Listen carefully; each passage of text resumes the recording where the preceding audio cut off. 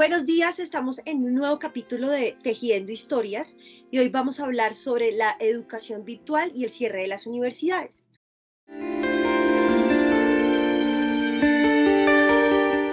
Hoy nos acompañan 4 estudiantes de universidades públicas, estudiantes muy queridos que nos están regalando este tiempo para compartirnos sus perspectivas y sus maneras de ver cómo su experiencia educativa ha sido realmente influenciada o afectada, cuáles son las cosas positivas que encuentran en este momento tan particular que vivimos, ¿no? Para los que no saben, desde el año pasado, 2020, desde el 15 de marzo, las universidades están cerradas y están llevando toda la educación de manera virtual.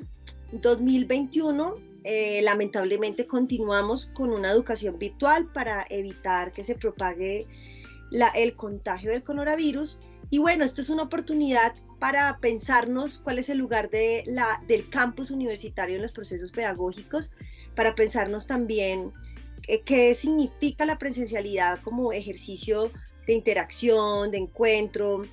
Y bueno, vamos a hablar un poco sobre eso. Entonces, bienvenidos.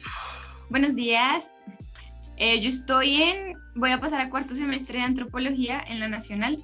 Mi nombre es Brian Buitrago, estudio Sociología en la Universidad Nacional y en teoría también estaría pasando a cuarto semestre, en teoría. Mi nombre es Ana María, yo estudio licenciatura en Ciencias Sociales en la Universidad Distrital y también voy para cuarto semestre.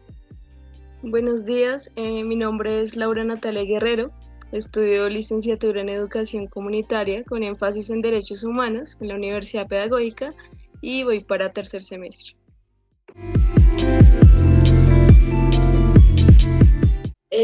Bueno, me tomó la palabra, perdón. Yo diría que, bueno, la experiencia fue al principio como difícil, el acomodarse, el acoplarse a llevar las clases así, a que efectivamente uno no tiene como una línea de estudio acomodada a estudiar solamente en la casa. Entonces es difícil como acomodarse en eso. Pero ya después fue mucho más sencillo. Yo creo que de las ventajas para mí que ha sido radical ha sido el poder tener el material grabado, el poder volver a una clase y ver la grabación y sí, porque mis clases suelen ser muy teóricas. Entonces es súper genial el poder entrar a una clase y ver de qué se habló y repasar, y sí lo uso mucho. Es una de las ventajas que yo digo, ojalá se pudiera hacer esto también en la presencialidad. Bueno, yo creo que para mí también, digamos que las ventajas pues también han sido varias, a pesar de que en estos tiempos casi no las veamos, en medio como de todos esos sinsabores que también nos generan pues las clases en pandemia. Entonces, bueno, yo creo que una de las ventajas es como, no sé, echarle unos nuevos vistazos como a esos nuevos mecanismos que estamos generando en el aprender y en el estudiar, ya que pues, bueno, la educación virtual y la presencial son cosas totalmente distintas. Entonces, qué bonito mirar nuevas herramientas y aprender con nuevas herramientas que tal vez al principio resulte, bueno, algo difícil como todo, pero que ya luego podemos tener una experiencia más y pues estar preparados para algo así. En cuanto a lo que habría podido ser mi experiencia, pues digamos que dentro de las cosas positivas que le encuentro a esto, estaría de pronto en temas de gastos, que ya no hay que gastar un pasaje o comprar algo en la universidad para la hora del almuerzo o algo así, sino que ya digamos que todo lo encuentra uno acá en la casa. Entonces digamos, esa sería una ventaja. Y si acaso también lo que mencionaba Laura en cuanto a encontrar nuevos mecanismos frente a este nuevo entorno digital, porque, o sea, si bien se trató de trasladar prácticamente la misma dinámica de la universidad en algunas clases, ¿no? Dependiendo del profesor, a la virtualidad, que a veces falló y a veces no, también se trató como de buscar nuevos mecanismos para tratar de modernizarlo un poco. Y lo mismo con el aprendizaje de nuevas herramientas ofimáticas y que digamos de cierta forma van a ser útiles en algún punto de nuestras vidas laborales Y en cuanto a lo que mencionaba Ana, pues con respecto a las clases grabadas, eso fue una perspectiva muy diferente a la que tuve yo, porque pues sí, o sea, depende también como del usuario o del tipo de persona, no sé, por lo menos yo en la presencialidad me era más fácil de pronto ese tema de las clases teóricas, mientras que en la virtualidad sí, pues fue horrible, porque yo sí me confiaba de las clases, yo decía como, pues esta clase no quiero entrar, no hay muchos ánimos, entonces después veo la clase grabada, después era la otra clase y yo no había visto la clase grabada, entonces yo decía, bueno, es que no la vi, entonces más bien voy a ver la pasada, después veo esta grabación y ya vuelvo a entrar en clases normal. Y así fue un círculo vicioso y pues, terminé en algunas clases prácticamente ni asistiendo ni viendo las clases virtuales por entrar como en un hueco ahí, bien feo. Pero bueno, yo también le veo de ventaja lo que decía un poco Brian en el tema de los recursos. Como que siento que el transporte es una vaina re fundamental. Por ejemplo, a veces no se tenían ni 5.000 pesos para ir a una clase. Entonces, bueno, ahora toca pagar internet unas por otras, pero bueno, siento que esto de los transportes, del desplazarse, acortó distancias. Por ejemplo, ahorita hay la posibilidad, bueno, en antropología hay la posibilidad de meter una electiva en San Andrés, cosa que nunca, pues en presencialidad nunca hubiera pasado esto. Entonces, no sé, siento que eso puede ser una ventaja. Que sí es evidente que, digamos que este ejercicio de la virtualidad es evidente que ciertos aspectos ponen a los estudiantes contra la pared, y uno de ellos es el ejercicio de trabajar y estudiar al tiempo, o digamos de estar preocupados por conseguir los recursos económicos para poderse enfocar en los estudios. Claramente hay muchos estudiantes que he conversado que han sentido que realmente una de las grandes ventajas de la educación ha sido poder asumirlas, poderlas tener en su casa, ¿sí? Y evitarse las horas de transporte porque siempre viven muy lejos de la universidad, y optimizar también recursos, ¿no? El no tener que comprar comida fuera de su casa, no tener que pagar transportes adicionales. Eso me parece que es muy importante tenerlo en cuenta si quisiéramos a futuro hacer modificaciones en la política pública educativa, que tenga en cuenta también como las condiciones de los estudiantes, que a veces eso se olvida.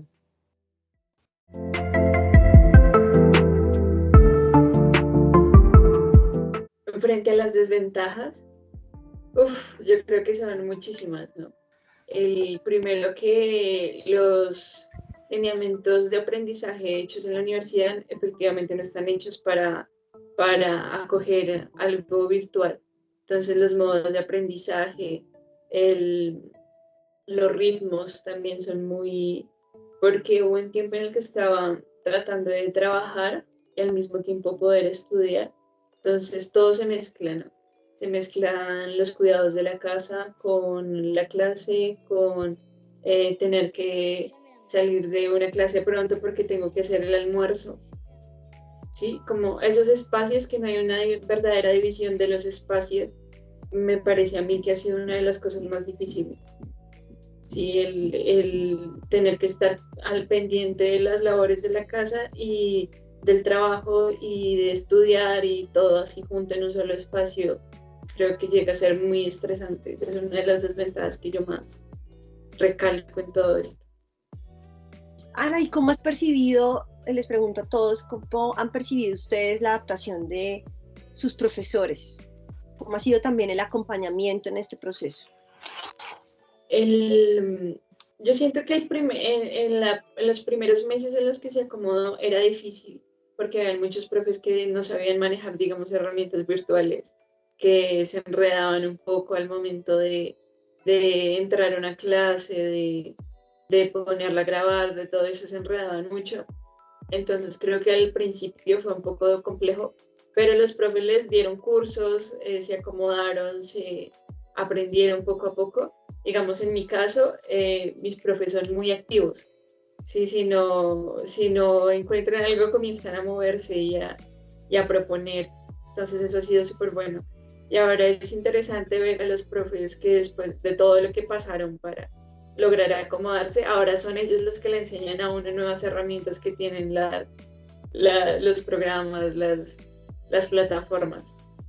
Entonces ha sido interesante. Hay profes que todavía están en pelea porque ven que es un derecho de nosotros el de que la universidad se exija a sí misma para poder, por lo menos, ¿cómo se le llama esto?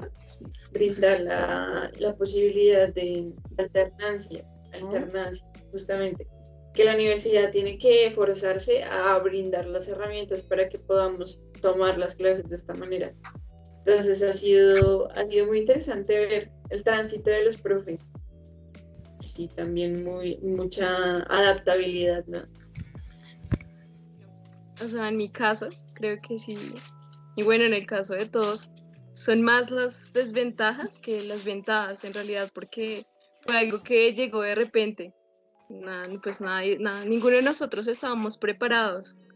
Entonces, digamos que esto mismo generó como una vulneración a los derechos humanos y sobre todo al derecho a la educación, ya que, como lo mencioné anteriormente, nadie estaba preparado y hay muchas personas que no cuentan con las herramientas para poder acceder a lo que es una clase virtual, o sea, como un celular, un computador, una tablet.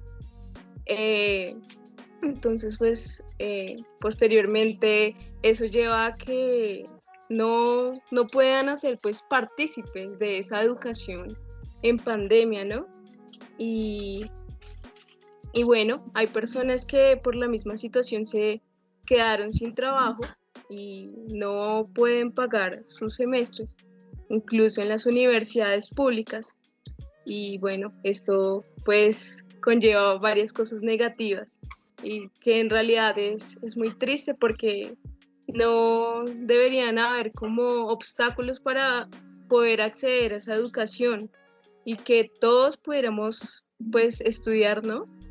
Entonces sí he visto, esas son como las más principales ventajas que he visto y bueno, por parte del acompañamiento de los maestros y las maestras en ese proceso y de la adaptabilidad, creo que en mi caso sí, bueno, o sea, ya un buen proceso y ha sido muy bonito ya que se ha tenido como una buena comunicación y una buena relación entre el maestro y el estudiante en ese apoyo y en esa ayuda mutua, ¿no? Que si tú no entiendes esto, pues entre todos lo podemos resolver y podemos mirar. Sí, esa relación bonita entre el educador y el educande, ¿no? Eso es también lo que llamamos ese conocimiento recíproco, ¿no? Entonces, sí, por ese lado, sí, los profesores han sido un amor completo en ese sentido. ¿Cómo se han adaptado las clases desde tu perspectiva, Laura, en tu experiencia en este año? Digamos, ¿has visto, digamos, que los procesos, más bien el currículo se ha ido transformando?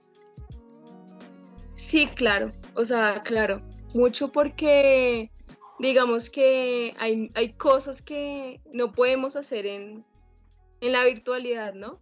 Por ejemplo, en el tema de las prácticas, es muy complejo hacer una práctica virtual. Entonces, digamos que es también a partir de eso generar nuevas herramientas para, bueno, en mi caso me tocó hacer un trabajo en el cual se modificó todo totalmente y lo que hicimos fue cuentos interactivos, pues digitales para los niños. Pues bueno, también como creando esas herramientas para que apoyarnos, o sea, para apoyarnos entre todos y que no se nos sea difícil solo a nosotros acceder a esto, no, o sea, se nos facilite, sino que a todos, o sea, a los niños también y que exista ese apoyo por parte de todos, ¿no? Entonces sí se han modificado un montón, pero es llevar eso como con mucha calma y verle el lado bueno y bueno, estar ahí constante. Mi experiencia sí fue, digamos, como de ambas situaciones. Algunos profes mantuvieron como el método clásico de leer diapositivas, de entregar como trabajo final un ensayo o algo así, mientras que algunos otros, muy poquitos, sí trataron como de hacer algo diferente. Que por ejemplo, en vez de entregar un ensayo, entregáramos un video, un podcast, algo más interactivo también, diferente. Pero pues honestamente fueron pocos. Y, y digamos que de por sí, o sea, Antes de que todo esto pasara, ya digamos que existían plataformas de educación virtual. Por lo menos existía Khan Academy, Coursera, y hay una plataforma colombiana que se llama Platzi.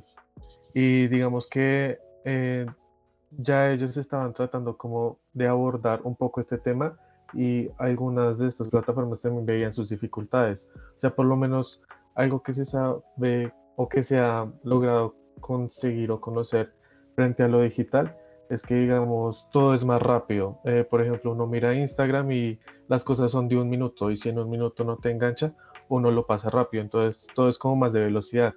Entonces, por ejemplo, en estas plataformas digamos que lo detectaron y por ejemplo sus clases las dividen como en videos muy pequeñitos de 2 minutos por ahí o 6 minutos, 10 minutos máximo, porque saben que pierden la atención del estudiante. Y pues aparte digamos que con este tema de las analíticas y demás, han sido capaces como de analizar, digamos, qué tanto tiempo puede durar un estudiante enfocado en una pantalla como recibiendo la misma clase en un periodo prolongado de tiempo.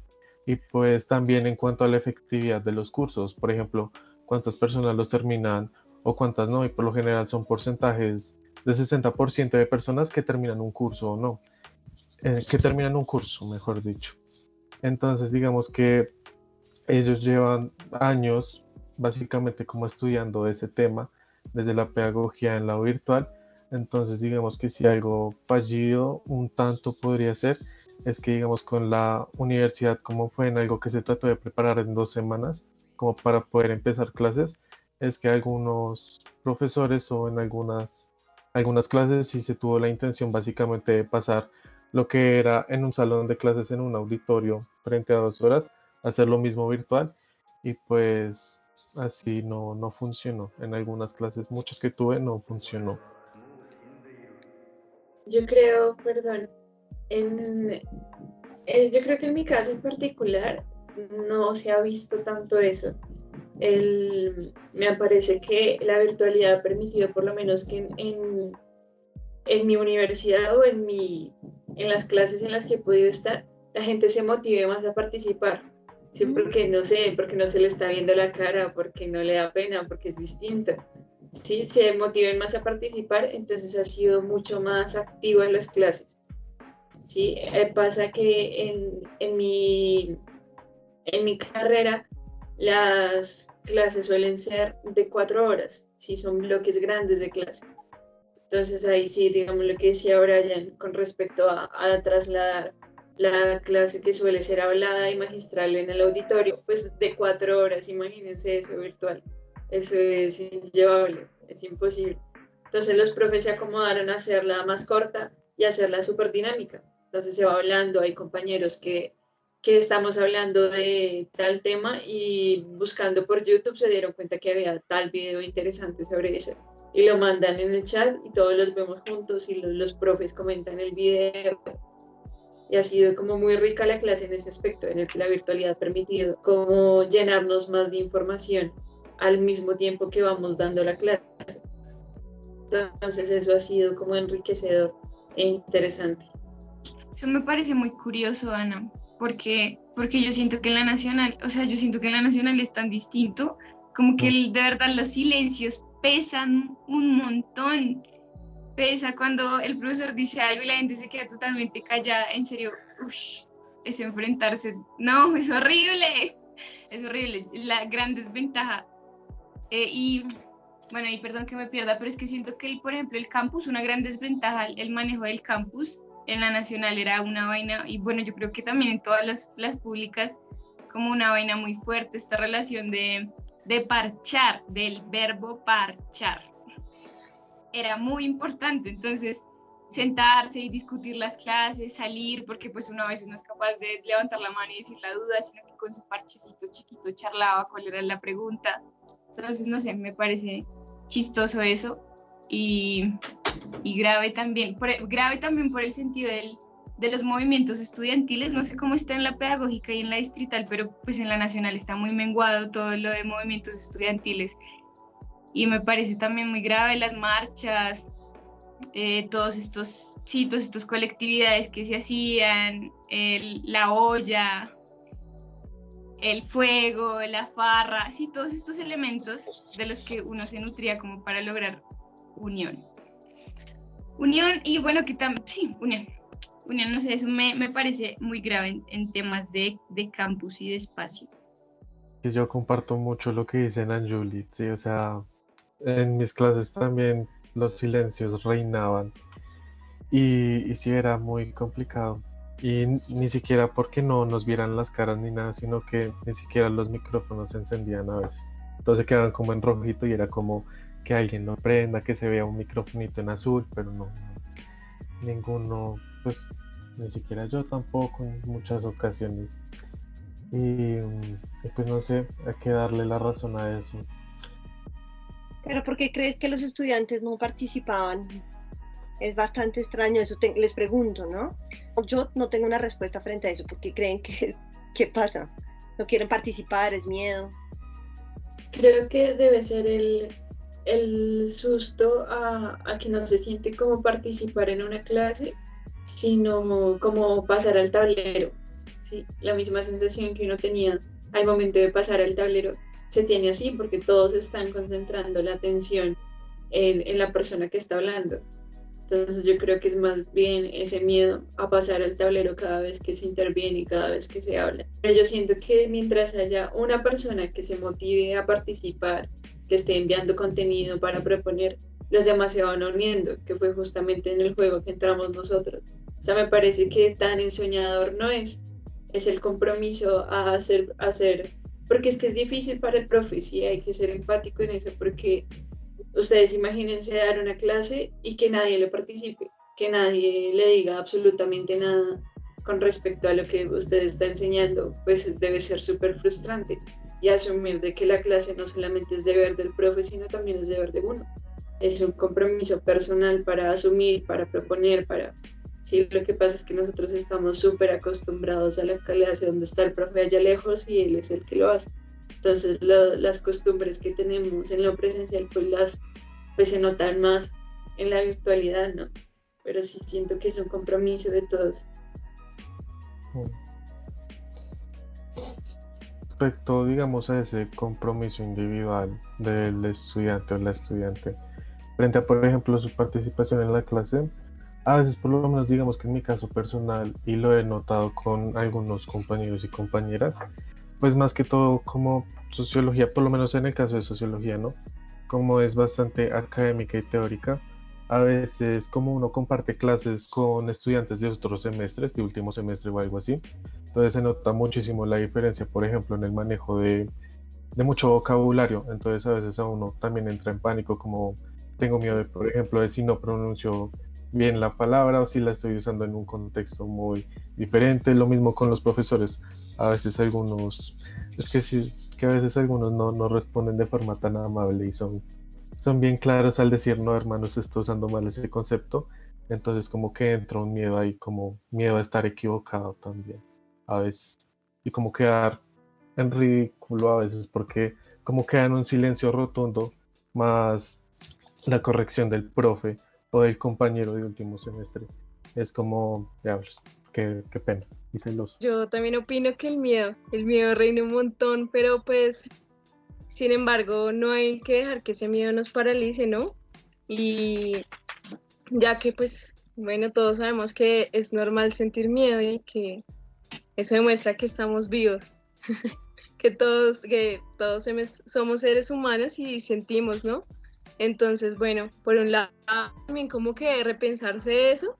Digamos que, bueno, personalmente yo sí soy muy partidaria de la presencialidad, del cara a cara, de que no se pierda esa esencia. Pues madre, eso sí, porque en mi caso sí se ha visto que las clases también son de 4 horas y lo que ha hecho pues la universidad es recortarlas, se recortan a 2, 3 horas, en lo cual pues digamos que sí se pierde práctica, cosas que en la presencialidad pues es de la clase, entonces sí, por ese lado es como una desventaja grande, ¿no?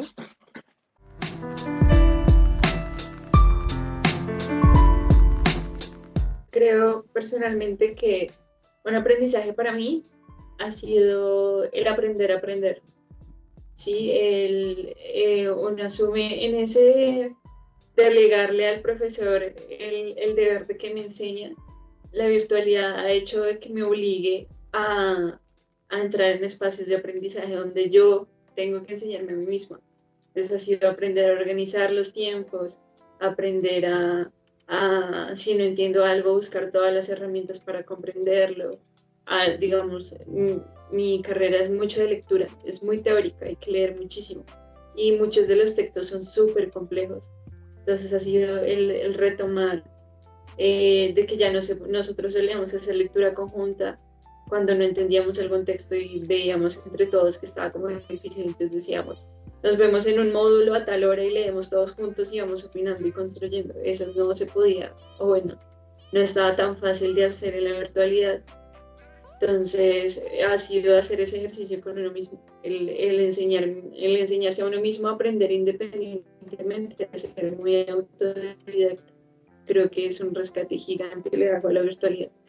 Algo que también, bueno, le hago un montón, bueno, aparte de lo que dice Ana, que reitero, es muy bonito y muy fundamental eso, es como que esa virtualidad en mi caso ha incentivado un montón a la unión y a ese cuidado y es mutuo. Me parece porque digamos que ahorita casi todos, bueno, la mayoría de los trabajos son grupales.